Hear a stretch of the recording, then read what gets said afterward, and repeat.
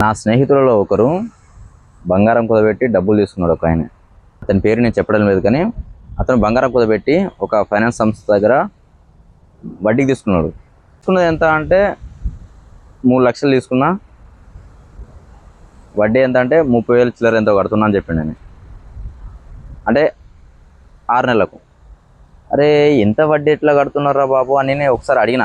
అసలు ఎంత వడ్డీ తీసుకొచ్చుకున్నావు, ఎంత శాతం వడ్డీ అంటే నాకు తెలియదు, వాళ్ళు ఇట్లా అని చెప్పారు, అది ఎంత శాతం నాకు కూడా తెలియదు సరిగ్గా అని చెప్పిండు. అదే ఇట్లా వడ్డీ లేక తెలుసుకోకుండా ఎట్లా తీసుకున్నాడేనే అని నేను ఆ యాప్ తెరిచి చూసే వరకంతా ఆ యాప్లో వడ్డీ అనేది 20% ఉంది.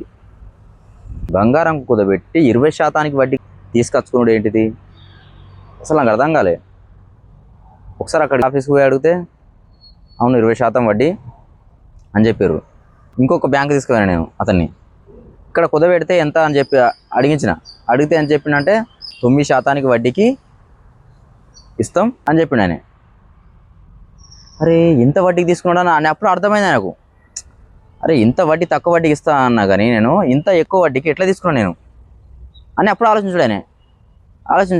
అంటే ఆయన చదువుకోలేని వ్యక్తి కాదు, ఆయన చదువుకున్నాడు, డిగ్రీ చదివిండు, దాదాపు నెలకు ₹1,00,000 దాకా సంపాదిస్తాడు ఆయన. అంత చదువుకున్నా కానీ అంత సంపాదిస్తున్నా కానీ ఆయనకు ఇవి తెలుసుకోవాలన్న అవగాహన లేదు, ఆయనకు తెలుసుకోవాలని లేకో మొత్తానికి ఫైనాన్షియల్ నాలెడ్జ్ లేక అప్పాయి తీసుకున్నాడు మొత్తానికి. అదే ఒక ఫైనాన్షియల్ కొంచెం నాలెడ్జ్ ఉంటుంటే ఆయన ఇదే మితిని దాదాపు 1 సంవత్సరం నుంచి కట్టుకుంటూ వస్తున్నాడు.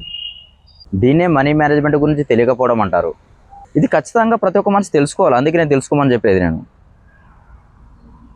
బంగారం కుదబెట్టి ఒక బ్యాంకులో ఏమో 9% వడ్డీకి ఇస్తాం అని చెప్తాను ఆయన ఒక దగ్గర, ఇంకొక దగ్గర ఏమో 18% నుంచి 20% వరకు ఇస్తాం డబ్బులు తీసుకున్న దాన్ని బట్టి అని చెప్పిండు. ఓకే, అదే డబ్బును సేమ్ కాకపోతే 10% తక్కువ ఇస్తా అని చెప్పిండు. 9% వడ్డీకి ఇస్తాను అన్న కాడ వాళ్ళు తీసుకున్న అమౌంట్లో కేవలం 10% తక్కువ అమౌంట్ని ఇస్తాం అంతే అని చెప్పిన ఆయన. అందుకని ప్రతి ఒక్కరు మనీ మేనేజ్మెంట్ గురించి తెలుసుకోవాలని చెప్పేది నేను. ఒకరోజు పని ఇడిచిపెట్టైనా కానీ ఈ ఫైనాన్స్ గురించి పుస్తకాలు చదవండి, వీడియోలు చూడండి టైం దొరికినప్పుడల్లా. అందుకని నేను అనేది ఫైనాన్స్ గురించి పుస్తకాలు చదవండి అని చెప్పేది నేను. ఇట్లా అవగాహన లేకపోతే ఎంత డబ్బు సంపాదించినా కానీ మీరు ఫైనాన్స్ గురించి మనీ మేనేజ్మెంట్ తెలుసుకోకపోతే చాలా నష్టపోతారు.